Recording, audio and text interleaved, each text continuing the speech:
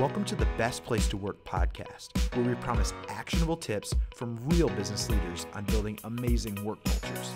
Not tips from Google, but tips from the trenches of real-world businesses just like yours. Today we have serial entrepreneur Doug Burke of Cognitive Medical Solutions, which is a healthcare IT services business based in San Diego, California.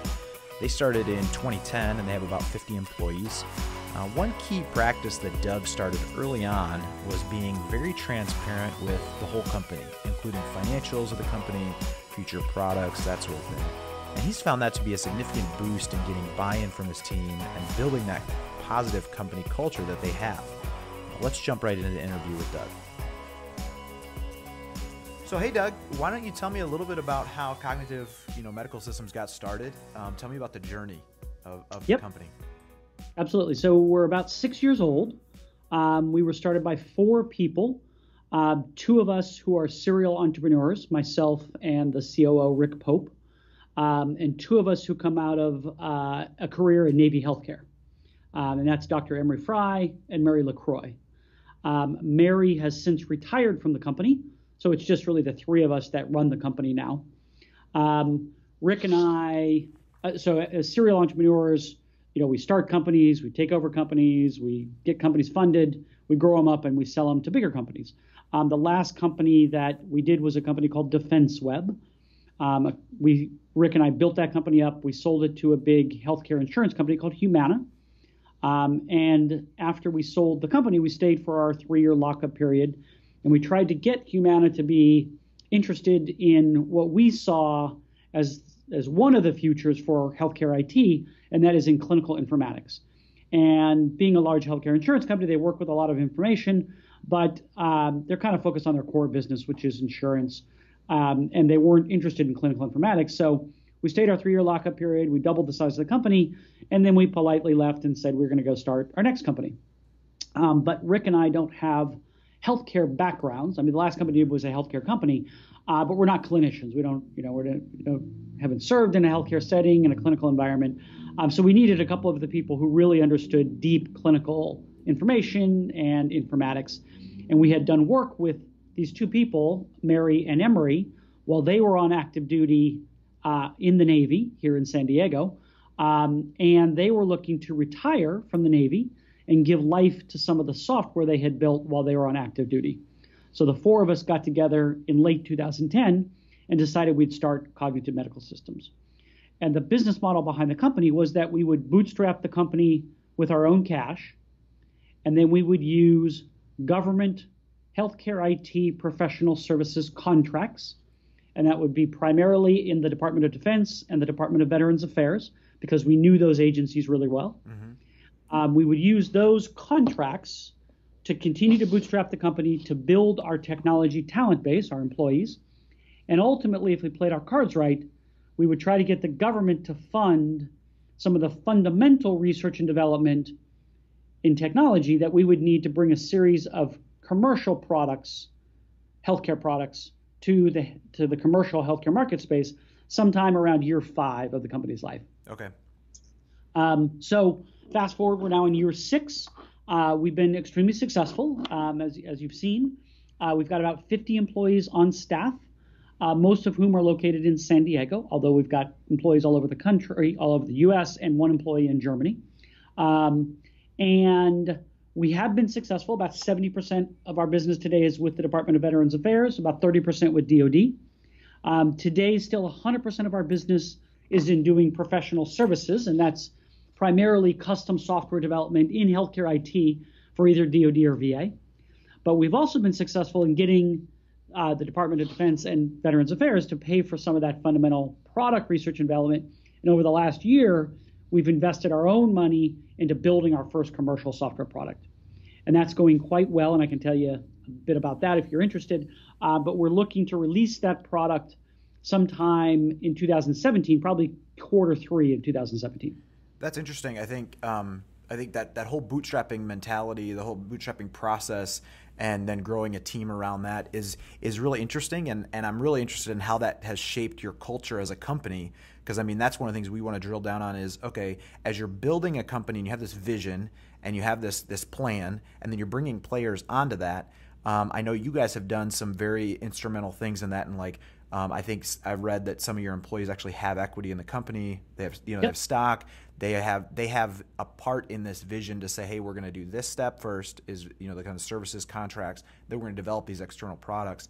How has that shaped the building of the culture, and how have you weaved that into building a team? We're firm believers that all employees should be owners of the company. So all employees are given stock options, and given stock options not only when they first join the company, but then over time. We ultimately are building this company eventually to sell to a bigger company, probably sometime in the next 5 to 10 years after we start delivering software products. Mm-hmm. And that's how the employees will realize liquidity in the stock options and the stock that they have. So everyone knows that sort of up front coming in. They all are, know that they have a direct relationship with building the value of the company. Everyone knows obviously what they're doing and how they're building that value. So we're very passionate about our company culture. We do sort of lots of things for the employees. We've got, of course, like everyone in technology has competitive benefits, salary, 401k, sort of all that stuff, healthcare, life insurance, blah blah blah. We also communicate very regularly with the employees. So every month we have an all hands meeting. We get all the employees across the U.S. and here in San Diego together.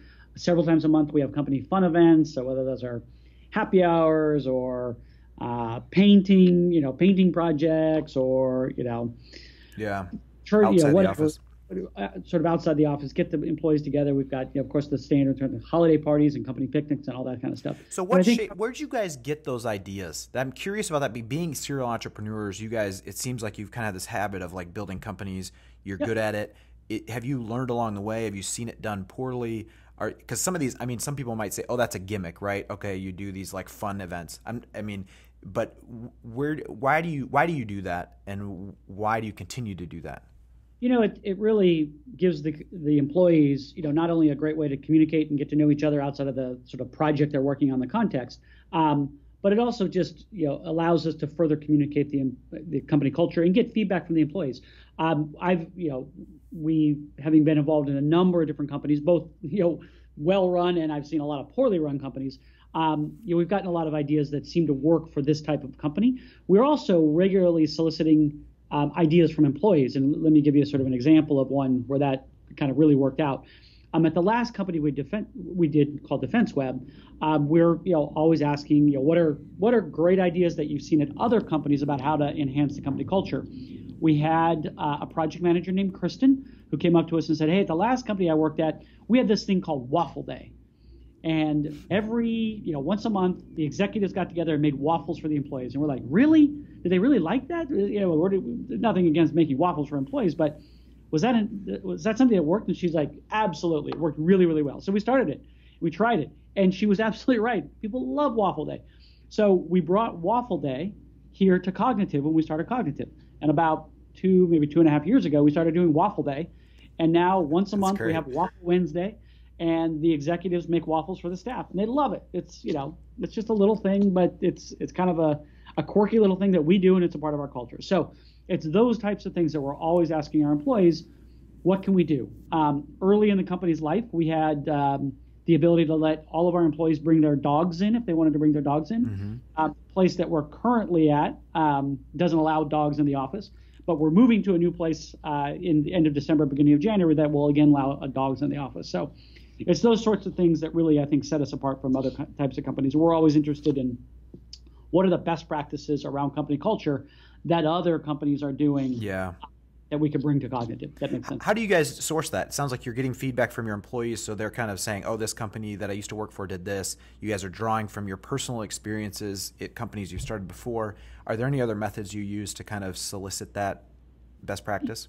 We're always looking for just what we hear in the industry. So the San Diego Best Places to Work survey, we look at what other, they give sort of feedback about what are all the categories and what other companies are doing. When we go to those events, we're talking to other private companies and, smaller companies and fast growing companies about what they're doing, what's working, what's not working.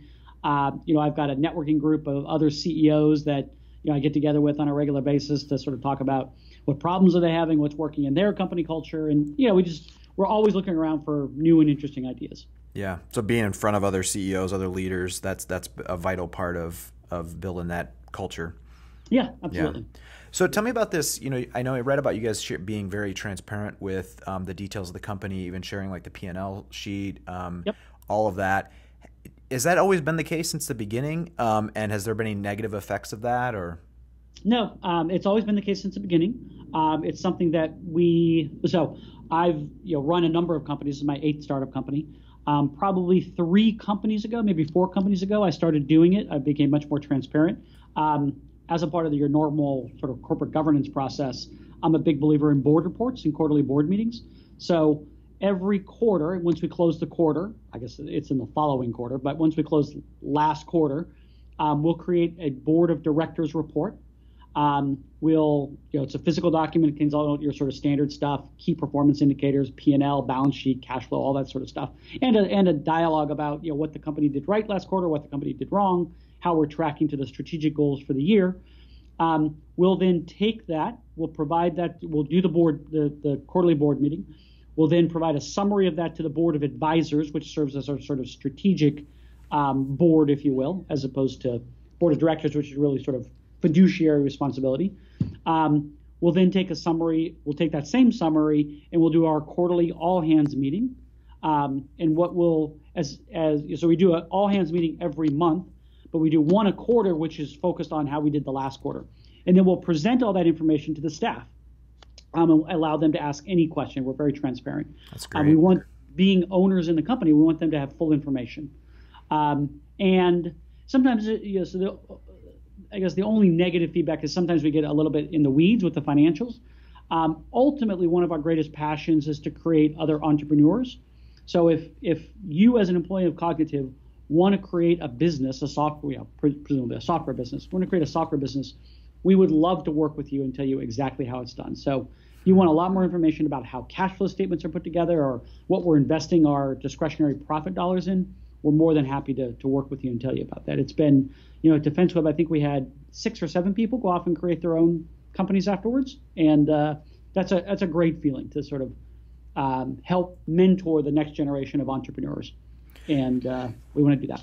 Do you think that's a mindset difference from some CEOs that would be like, oh, no, that's a risk. I'm going to lose my best people, but kind of a short-sighted? I mean, tell me about that. I mean, is that something you guys have talked about? Yeah, I think some people view it as potentially a threat. We're sort of enabling our potential future competition or, making the employees leave. But I think in reality, if an employee is an entrepreneur, at some point they're going to leave anyway and to create their own company.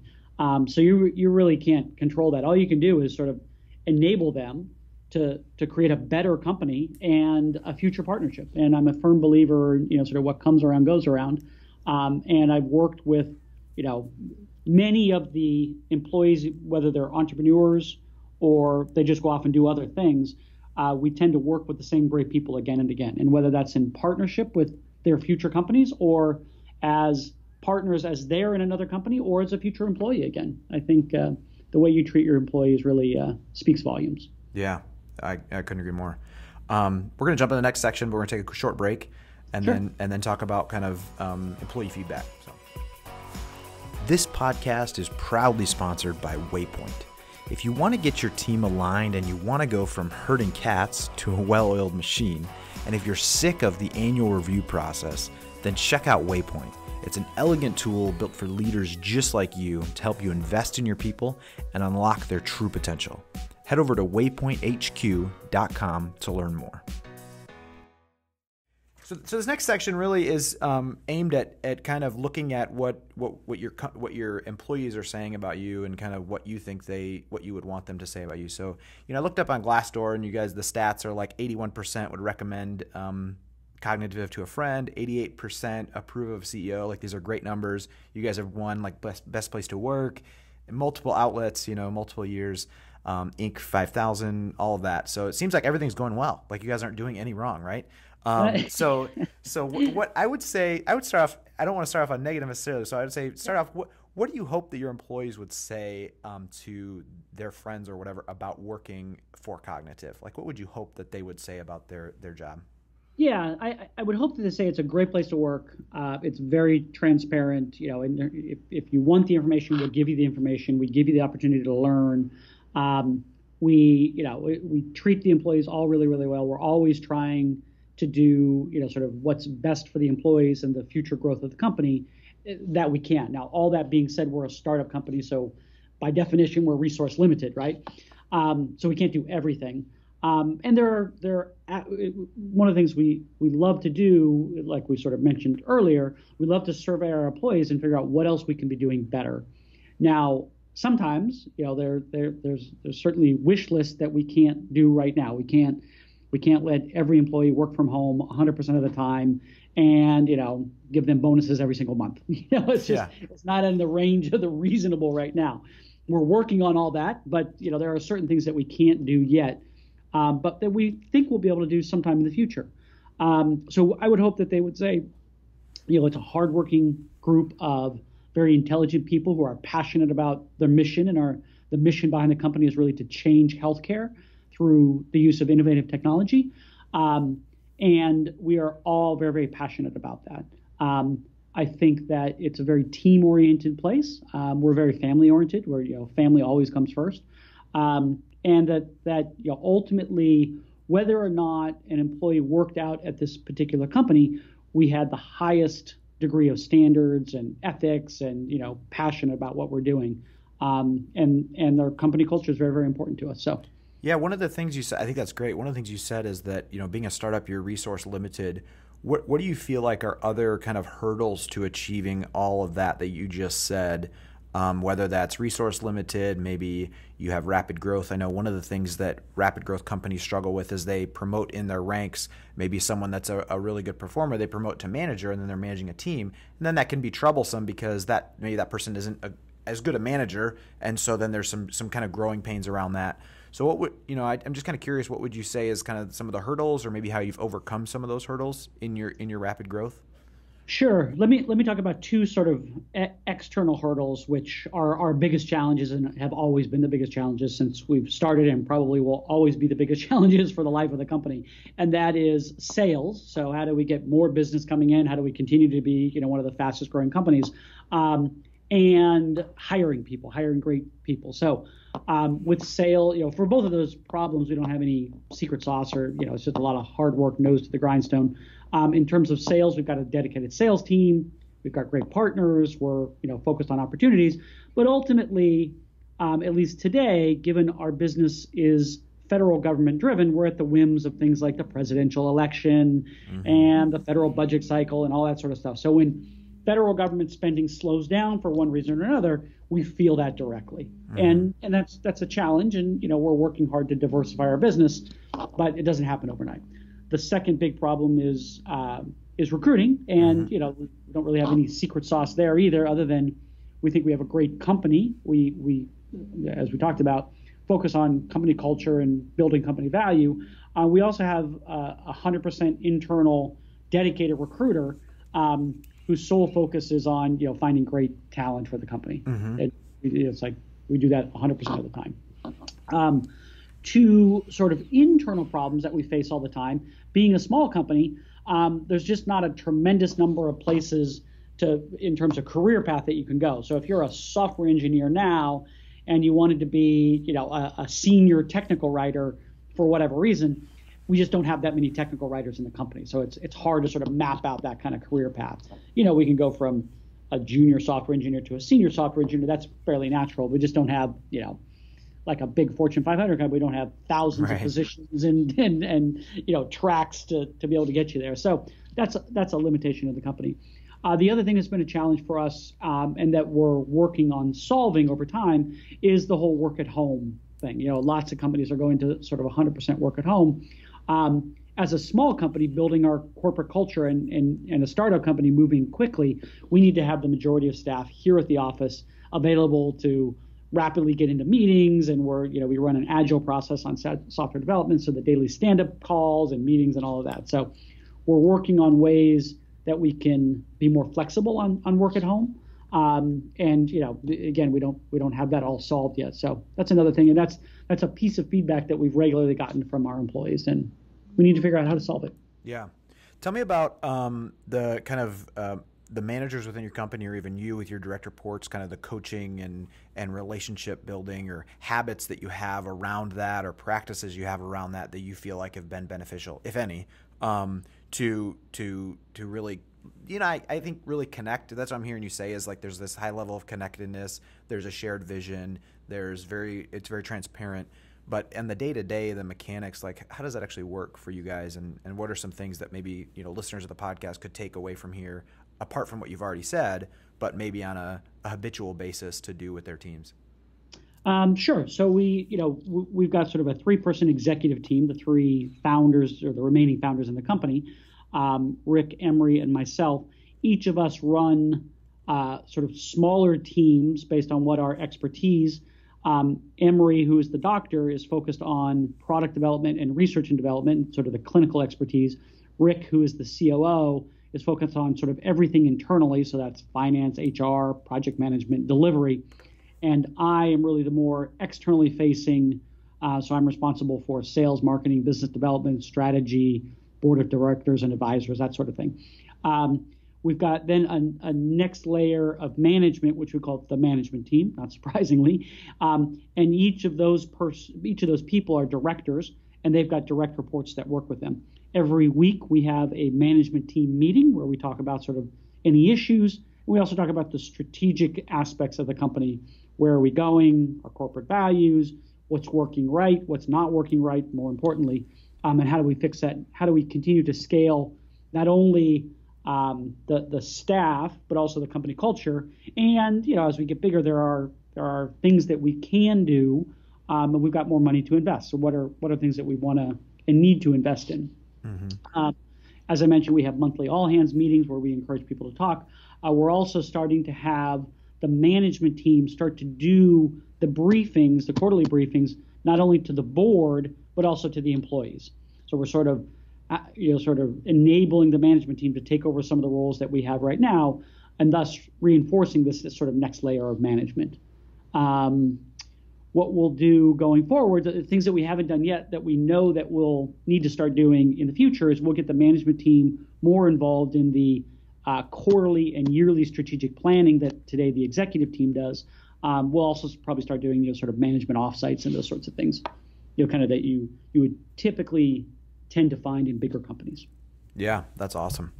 No, thank you very much. I think that's all very, very valuable. I thank you for being so transparent with us and sharing. Is there anything else you wanted to share? As someone that's maybe growing a company that's like 50 people up to 100 people, that anything else that you feel like is like not talked about enough or valuable insight? For other, in my sort of CEO networking group, one of the things we talk about, but I'm not sure a lot of entrepreneurs focus on or think about, is that at each level of growth, and for me, it's really, you kind of have the first, 5 to 10 people, and then you get up to like 25 to 50 people, and then 50 to 75 or 50 to 100. At each of those, maybe 50-person increments of growth, you see lots of different changes in potentially the company culture, but also problems that you have, right? The problems that you have at 50 people are not the same that you had at 10 people, and certainly not the same that you're going to have at 100 people or 150 people. And it's just sort of interesting that in every company I've been in, we've had sort of the same set of problems at 50 people, and then the same next set of problems at 100 people and 150 people. And I think that's an interesting thing to think about. And to other entrepreneurs, as you're going through it, I really counsel getting an external board of advisors or external board of directors and a strong sort of mentoring group so that you can understand what other people are facing. And it's not rocket science around the solutions to those problems, but anticipating them as you get to them So they're not surprises, I think is important. Is that, how do you go about getting that? I mean, how do you get involved in that? I mean, is that just networking your connections and then just meeting with regularly? Exactly. It's networking with other, CEOs, CXOs. You can join, there are lots of CXO networking groups out there, things like Vistage and other things.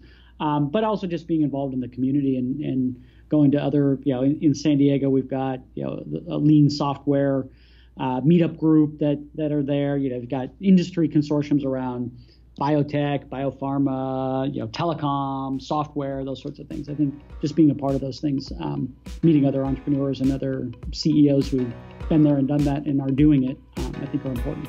Awesome. Hey, thank you so much for your time. My pleasure.